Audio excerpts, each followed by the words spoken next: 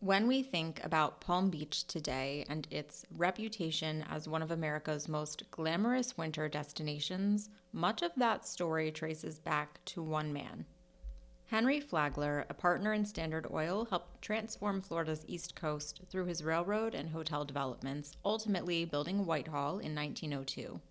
Today, that extraordinary Gilded Age mansion is preserved as the Flagler Museum, offering visitors a window into the architecture, culture, and ambitions that helped shape modern Florida. I'm joined by Campbell Mobley, Flagler's chief curator, who helps to bring these stories to life for visitors from around the world. In this conversation, we explore Whitehall's history, how the museum interprets Palm Beach's early years, and why places like this continue to capture our imagination more than a century later. I hope you enjoy this conversation. Welcome to Grandma's Silver, where tradition meets today. I'm Allie, your host of the Grandma's Silver podcast and founder of the Grand Millennial Lifestyle.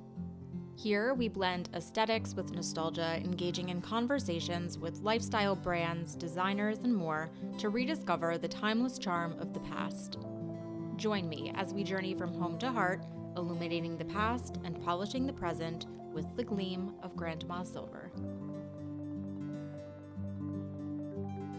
Campbell, I'm excited to talk with you today. This is going to be a really fun conversation. I think both inspiring, informative, all the things.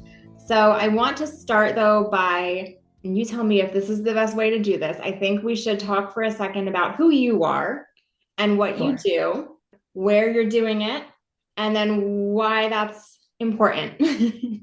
I'm Campbell Mobley. I am the chief curator at the Flagler Museum in Palm Beach.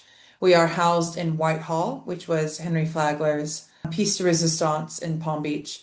I am an art historian by training. I did my undergraduate work in New York City, and I fell in love with art there when you can start to take classes in the Metropolitan Museum of Art. I studied abroad in Paris. When you start to go to those classes and you go to those museums, it's just natural that I couldn't understand why everyone didn't want to study art history. So I did, and then I worked at an auction house at Sotheby's.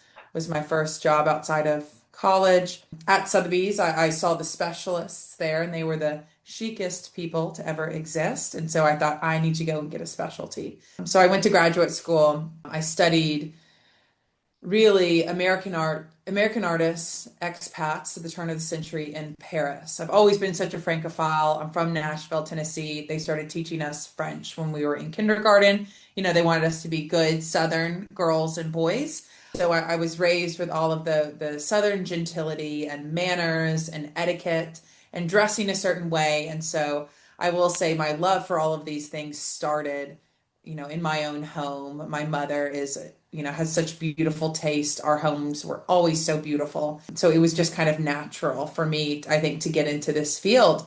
Whenever I was traveling, all I wanted to do was be in museums. And so after graduate school, I cut my teeth at a historic house museum in Nashville.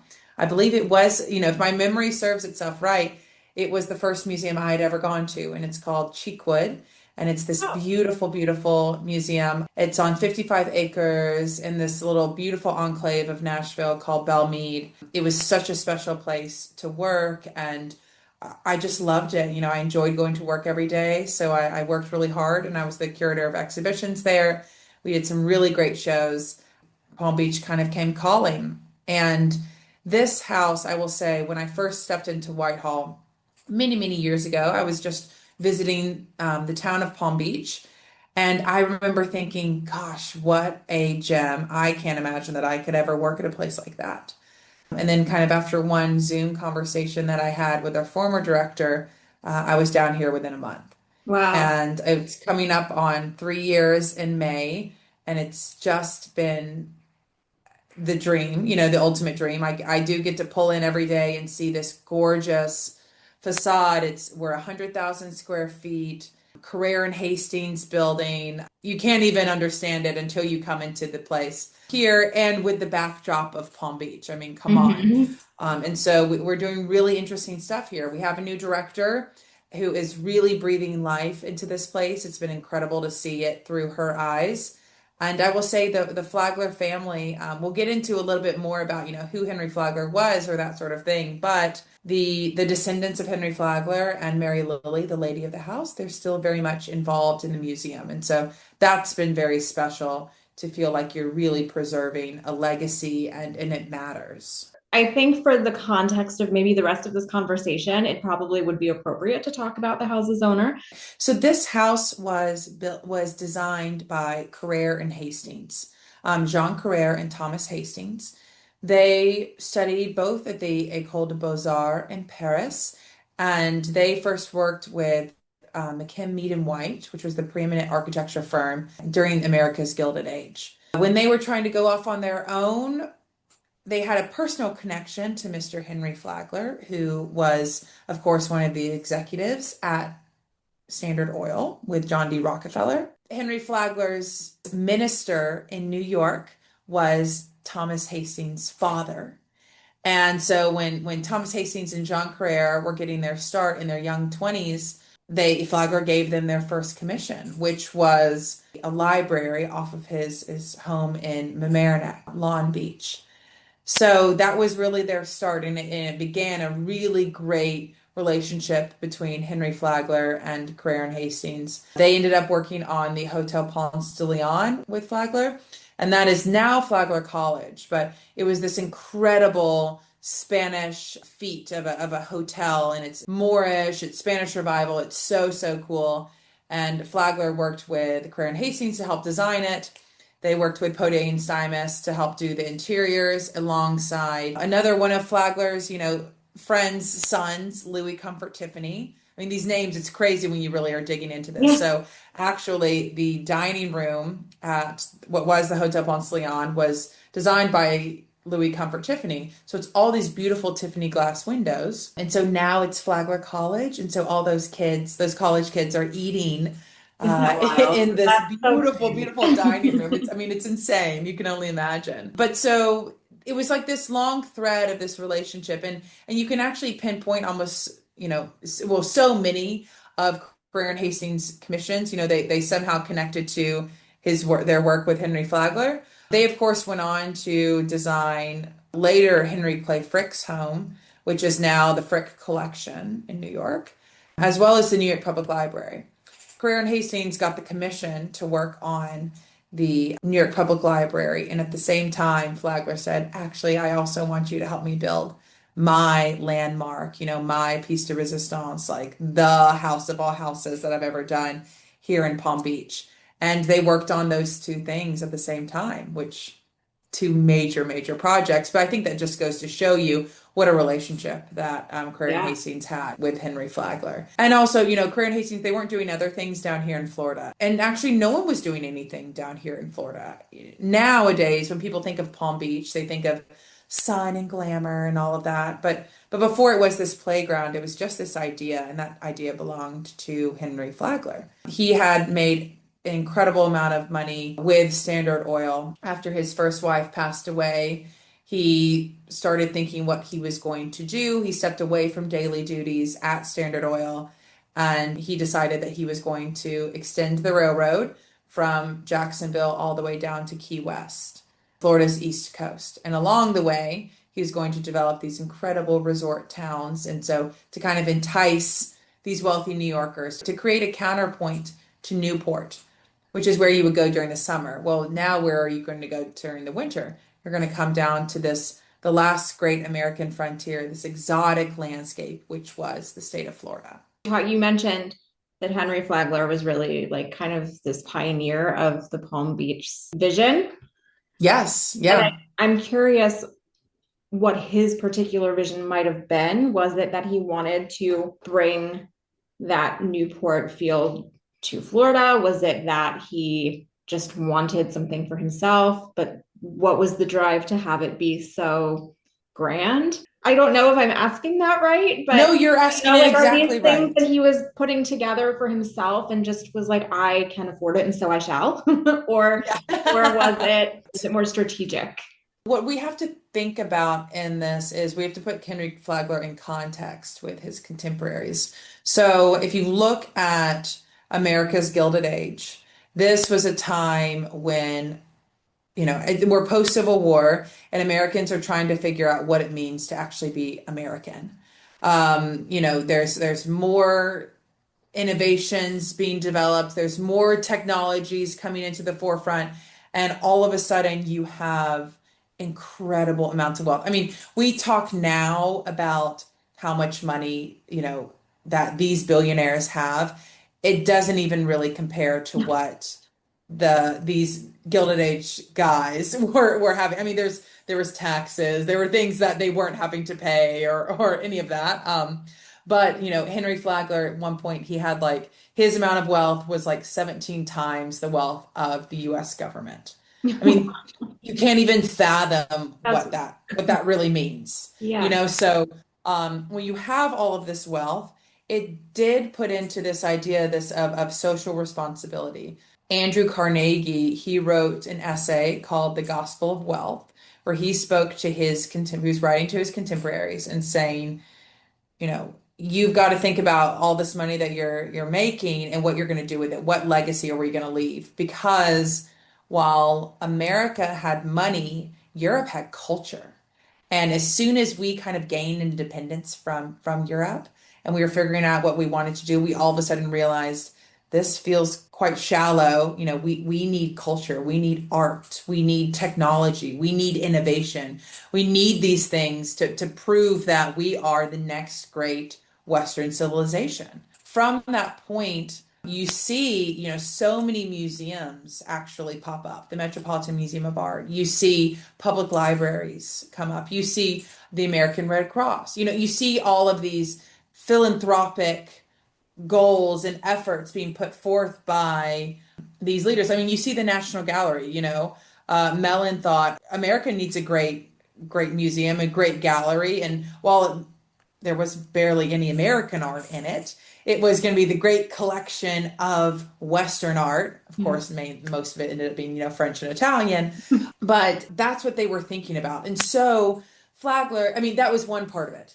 Definitely. I mean, Flagler was very much a part of the nouveau riche, which basically just means at that time, if you had money if your family had money pre-Civil War, you were an old money family. If you made your money after, you were new money, you were nouveau riche, all of that. But also you have to remember, nouveau riche is still riche. Flagler, he wasn't super comfortable in Newport. He was a little too new money. He's really hardworking. He had this stature, he had a great mustache, but he wasn't like super, super social.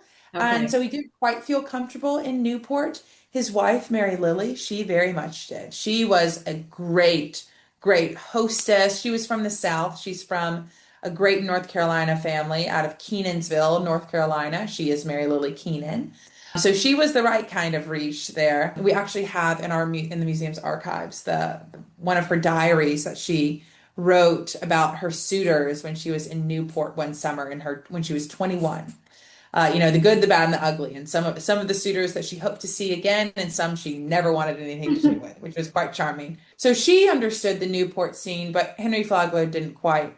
Then, when he was trying to figure out what he wanted to do after he had amassed all this wealth at Standard Oil and wanted to step away, he'd come down to Florida briefly, right outside Jacksonville, and he was there, and he wasn't quite impressed.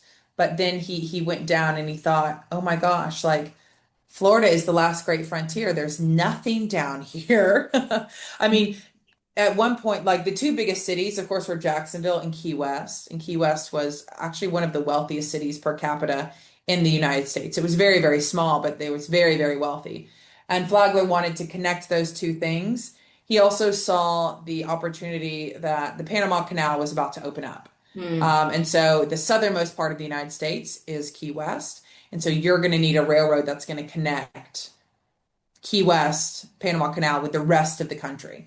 And so Wow. he thought he could build the railroads. He had really great mentors. He had Henry Walters, he had Pembroke Jones of the Keeping Up with the Joneses. That, turn of phrase we use, that's from Pembroke Jones. Flagler was very close friends with him, as was Mary Lily, railroad man, and kind of informed Flagler about what he could do.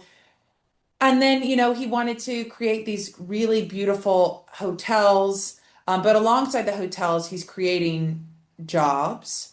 He's creating hospitals for staff. He's creating schools for the staff kids. He's creating infrastructure, housing, all of that. So it was why he went down there. Yes, it was because he didn't quite fit into Newport and he wanted something for his own, but he privately funded all of this and he saw the opportunity. He had a vision and he thought, I can be the one to do it. I have all this money. I can connect Key West with the rest of the country. I can show people that Florida is really cool and exotic and beautiful. And you can have the American Riviera experience where you can have indoor, outdoor living and you can be by the water. And, Florida was always said to have these healing waters. I mean, that's what Ponce de Leon set up to find, the Fountain of Youth. And people were going to Florida to get the great Florida air. The reason he first came down was because his first wife had a lung condition, likely tuberculosis. Her doctor said, go down to Florida and breathe in that air and it will heal you. So it was kind of this place for invalids. Yeah. But Flagler saw more opportunity for it. It wasn't, though, until he came to Palm Beach and he was blown away. So the Palm Beach story actually starts with there's a shipwreck off the coast, the Providencia, which is now Palm Beach. But at that time, Palm Beach was still a part of Fort Dallas, which extended all the way down to what is now modern day Miami. So that's so much space, but that just basically means that there was no one here. And so there was a shipwreck off the coast, a ship going from Trinidad to Spain with 16,000 coconuts. And the locals who were here, they call themselves the pioneers of Palm Beach. They took these coconuts, and there's also rum on the ship. And so they had a great, rep-roaring party and that sort of thing. But they planted all those coconuts. It made what we are now in Palm Beach one giant coconut grove. So coconut palms are not native to Florida, even though that's now the symbol of it. But it created this beautiful, beautiful scenery. Coconut groves produce a microclimate where it's cooler inside. And so Flagler, as he started to develop his railroad, he saw the opportunity for what is now Palm Beach to be this beautiful, luxurious resort, an amazing place to visit and live. And he saw the sands of West Palm, and he thought, what an incredible city center. And so he actually laid out all of the streets in West Palm. And now, I mean, if you're down here, you very much know it, but West Palm is the place to be. I mean, goodness, everyone is moving down here. There's so much development. It's really incredible. We call ourselves the sixth borough of Manhattan because so many Manhattanites are moving down, particularly post-COVID, but it's not just for old people anymore, young people, young families. But that didn't stop Flagler. He kept going. He developed all of Miami alongside the Brickells. He went down, he got the railroad all the way down to Key West in 1912. So all of this was to benefit the country and to make America this great place to be and to show through, innovation and technology and art that we really were the next great Western civilization. One of the questions I had for you, and maybe you could speak to this if there is some discrepancy between what I'm about to say, but I'm curious about how there was nothing, right? I don't know if it was him per se or the property, but in what ways did one or the other really kind of shape Palm Beach's identity at that point? I mean, he is essentially the first he's really launching it. Yeah, it was the hotel culture. So he developed this idea of the Palm Beach season. Okay. Which is now why we have snowbirds. Yep. So they were here. The hotels were only open for 6 to 8 weeks a year at the beginning of January, and they would go through President's Day. They would have parties. They would have the hotels that he built, the Hotel Royal Poinciana.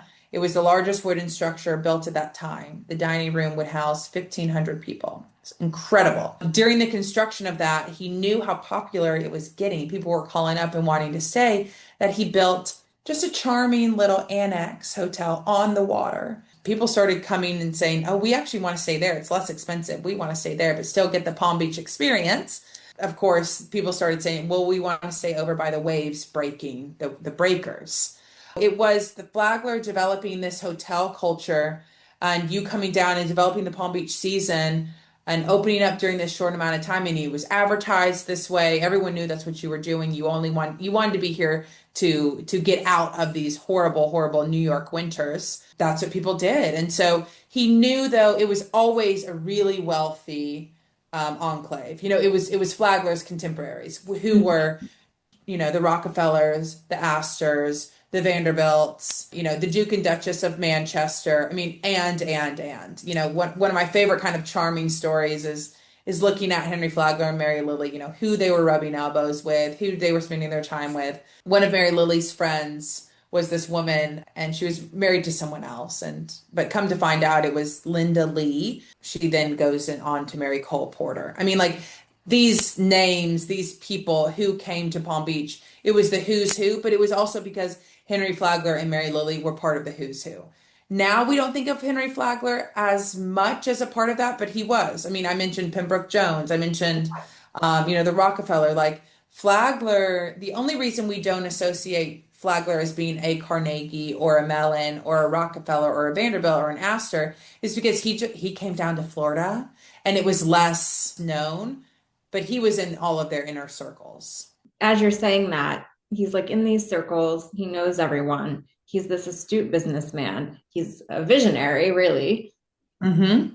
But he's not super social. Yeah. Yet he's created this very social environment. Was Mary Lily a big part of that then? And then this whole concept of like the season as a social construct, was that something that she was a bigger part of? And he was sort of like, definitely. I'll build it and then you handle it once everybody gets here. Definitely, definitely. So in the original drawings that we have for this house, there was no ballroom. I think it was definitely Mary Lily because she was the hostess.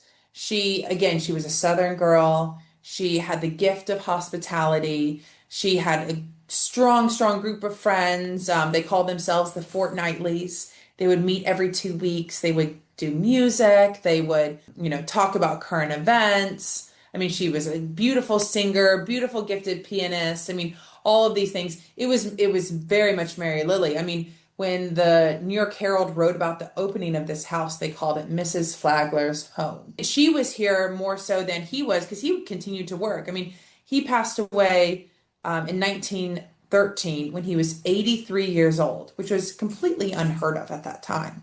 Mary Lily was much younger. She was very vibrant, very, very social. I mean, she would be here with her family, with her sisters, with her brothers, her parents, even her brothers ended up helping to build now the third iteration of the Breakers, which is the one we think about. But it very much was her. She had that gift. It was just so natural for her because that's the way she grew up. Henry Flagler kind of found himself in this world because he was a great, great businessman and he worked really hard and he was super, very, very well respected for that. Mm-hmm. I mean, when the train finally got down to Key West, a telegram was sent to him saying, "We did it, come down, we're ready for you."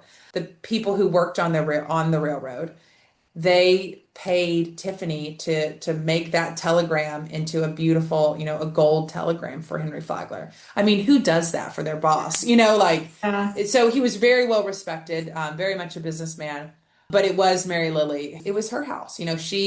She would have welcomed you. I mean, if you were lucky enough to be wealthy. You were in the circle.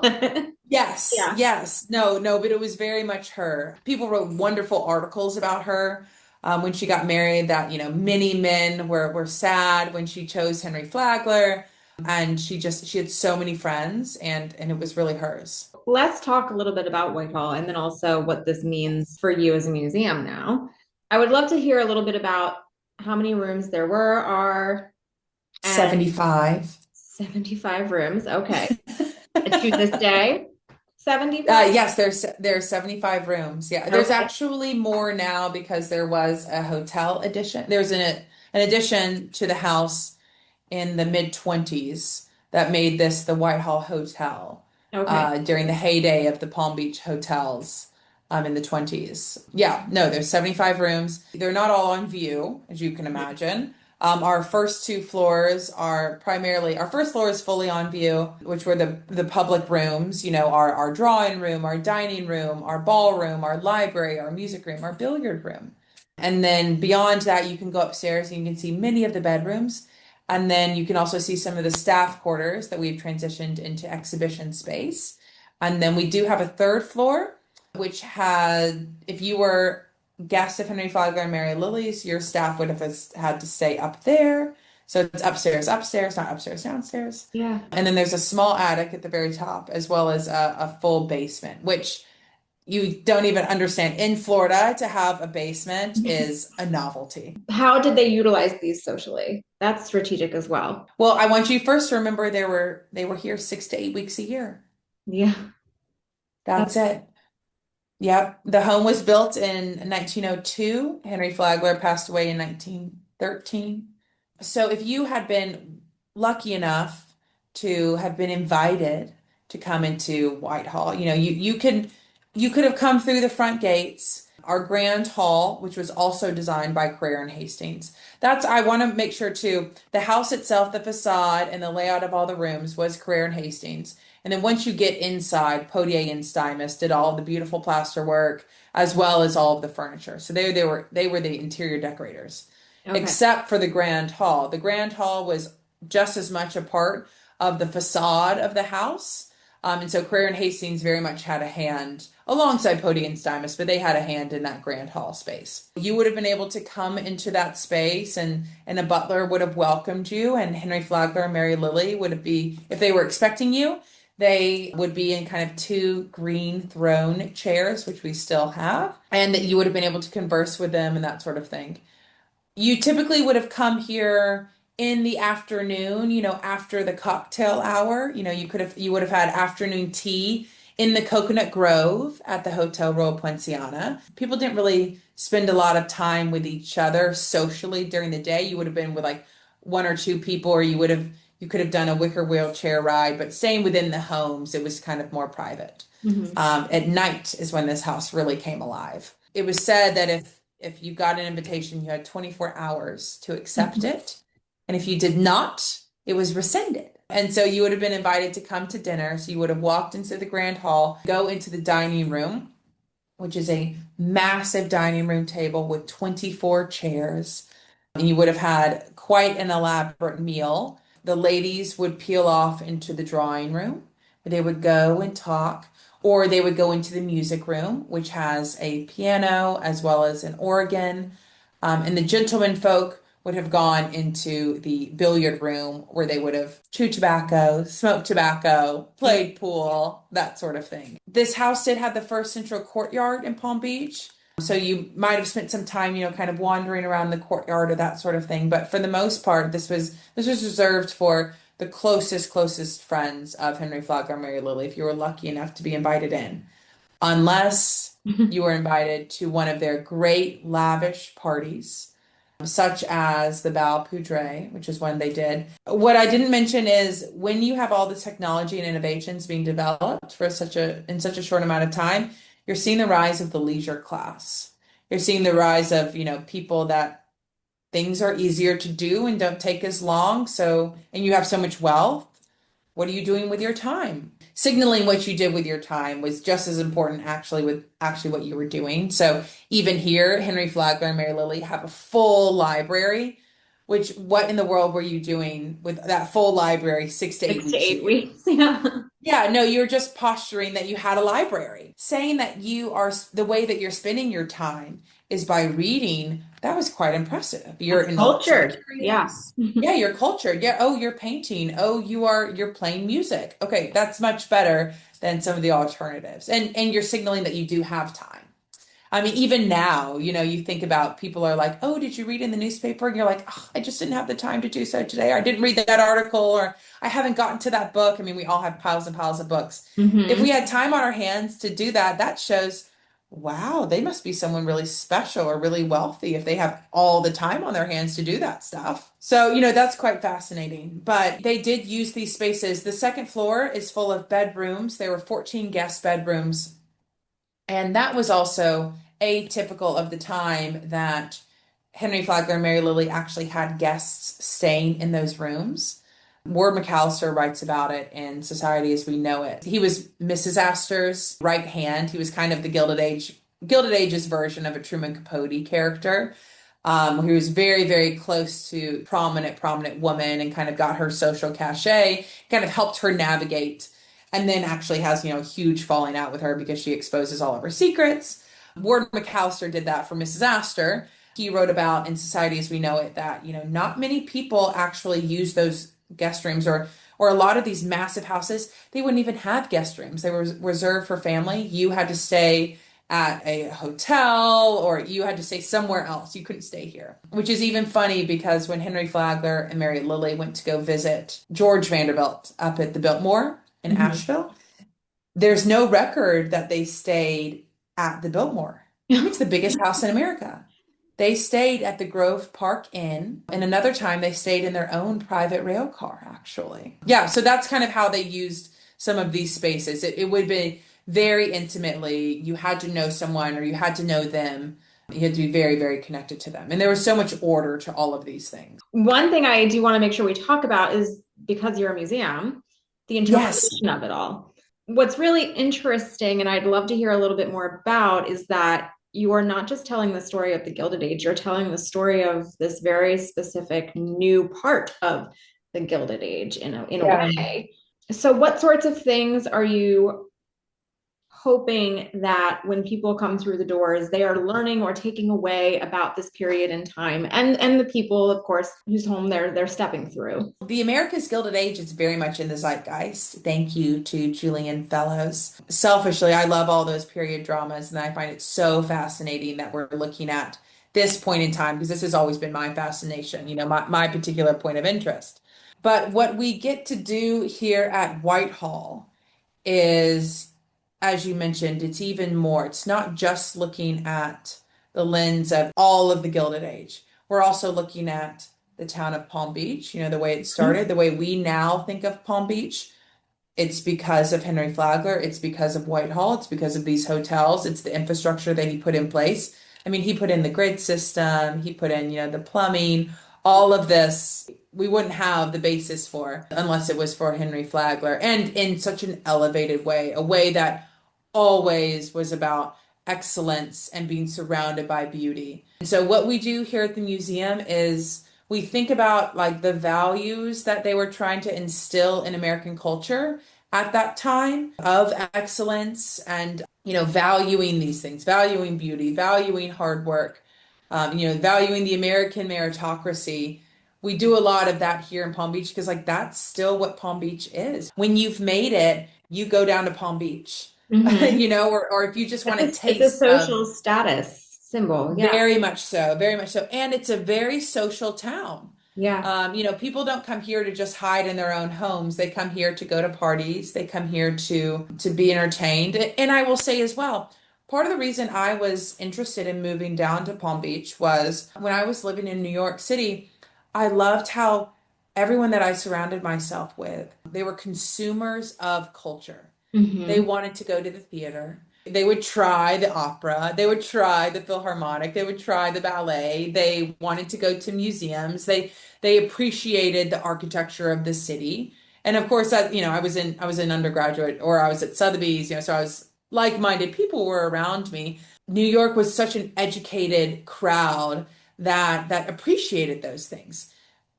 And that's the same for the people here in Palm Beach. There's incredible lectures that happen all throughout institutions here. I will say particularly here at the Flagler Museum, we have the audience for it. Yeah. That's what people in Palm Beach, they want to come, they want to have a cocktail, of course. But then they also want to sit around with like-minded people and hear interesting topics. They want to learn things. They read books, they go to museums, they experience all of this.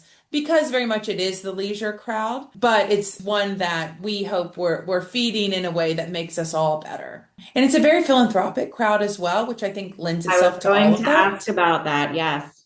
Yes, because they see these places. I mean, you can't talk about this house. Like, this house is amazing and it's incredible and all those sorts of things. It's also 120 years old. Yeah. So there's restoration work that needs to be done on this house, and we need supporters, because we're a nonprofit, we need supporters to help us do good with all of this and to maintain a home like this. What these great organizations, the Biltmore does it, they're for profit, but still they're maintaining that home. The Preservation Society of Newport County is there preserving all of those. They've got 11 of those homes in I know. Newport. We all need help because these houses need a lot of help. But what you Yeah. have here in Palm Beach and what you have in Newport and several other places in New York, even, with the Frick and all of that, um, you have people who see the value in maintaining homes like this. Do you see the value in appreciating the architecture of these places and that it tells us something about us as Americans. Hmm. And it helps us to preserve this American culture. This house was saved by Henry Flagler's granddaughter. It was going to be sold and made into basically a health spa. And so Flagler's granddaughter actually bought it and made it into a museum. And she started restoring this place immediately because it needed the help. This is before, the demolition of the original Penn Station, which was that beautiful, beautiful building. It's before the National Preservation Movement. But you have this time period when these homes are going out of fashion, but they're so important for us to see in terms of American culture. I mean, you can go to any city and it's really interesting. You can learn a lot about that city and the people that are there and the history of that city by looking at the architecture around. I mean, go to Savannah, go to New Orleans, go to Charleston, go to Nashville, go to New York. You can see what the history looked like if you start to look around at some of these old buildings. They tell you about themselves. So we really appreciate being here in a town like Palm Beach where you have people who value places like this and they see that they must be preserved and restored. Hmm. Do you consider yourself a historic house museum? We do. We Okay. do. That Yes, just kind of crossed my mind because it's on such a grand scale, it but it is. is, yeah, that's so fascinating. It is. I mean, it's the same way, the Isabel Stewart Gardner or even the Frick, that these are historic house museums. They are collections within a historic house, within a Yeah. historic structure. We interpret the bedrooms, we interpret the drawing room, these lived in spaces. Historic house museums, it's a little bit of a misnomer because, there's more historic house museums in America than there are McDonald's, which I think says a lot about us as American culture. Way to go. Not balking at McDonald's at all, but just saying like, good, we're valuing these things. There are But certain that means, statements that are refreshing, and that is one of them. yes, I agree. I agree. And so that is to say though that some of them are, they're run by volunteers and, they don't get the funding that they need, but they're still preserving these things. You come to a house like this and it's not, your mom and pop's historic house museum. It Right. very much is like it's otherworldly. It's a landmark. Technically, we are a historic house museum. Yeah. One of the things I'm curious about, you touched on the stewardship of it all a little bit. What's the greatest challenge of maintaining a house of that scale? That It might be a loaded, like, where do we begin kind of question. I know, I know. Well, it changes day to day, it changes year to year. The materials used for this house were really great and revolutionary at the time. They're just 100 years old. We're in Florida salt air. Our biggest thing that we're constantly thinking about is like water will enter into this building. How do we get water out of it? Hmm. As I mentioned, we have a basement. It's slab on grade, and so it's made so that water can come into the basement and then kind of go back out, but you still have to deal with it because at some point it's coming in. And Yeah. water in historic house museums is actually, it's much more of an issue than you would imagine, like fire or something. Water is always the biggest detriment to these Yeah. places. Hurricanes as well. Thankfully, we've been standing this long, but that's something that we think about every hurricane season from June to October. We prepare ourselves if something was catastrophic was to happen. A house of this scale, there's always something. There's windows that need to be replaced. There are less sexy things. Yeah. There's beams inside walls that need to be shored and make sure that everything's all good. The challenge is oh my gosh, look at that big, huge house. They don't need our help. Like Mhm. we look like we're in really great condition. It's kind of that idea too of being gilded. It's like it's not quite Yes. golden, it's gilded. The outside is gold, but the inside needs a little help. So we're kind of constantly dealing with that. We've got a great facilities team. We work with the best conservators to make sure we have that under control, and we do. We have a lot of programming and exhibitions during our season, which now is about Thanksgiving to Easter. And it's extending a little bit more because, as I mentioned, so many people are coming Are down moving. here. But then we spend really our summer months doing the behind the scenes things, working on conservation projects. It's always interesting speaking with historic places, right? Because you're in the business of the past. But Hmm. I'm so curious, you mentioned a new director, you've talked about exhibitions and programming. So what does the interpretation of the past in the future look like for Flagler? Goodness, we're just getting started. This time period, the America's Gilded Age, is the basis for all of our modern American culture.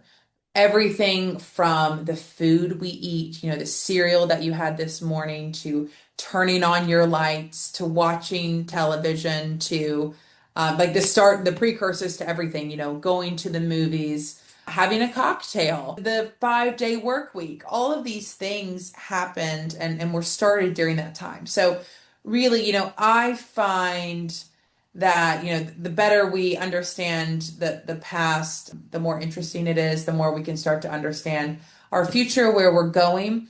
And I think it's really refreshing to remind ourselves that these were just men. The more you understand who these people are, you understand, okay, that was someone with a vision. My training is in art history, but this house is a large piece of art, so that's kind of why I'm obsessed with it.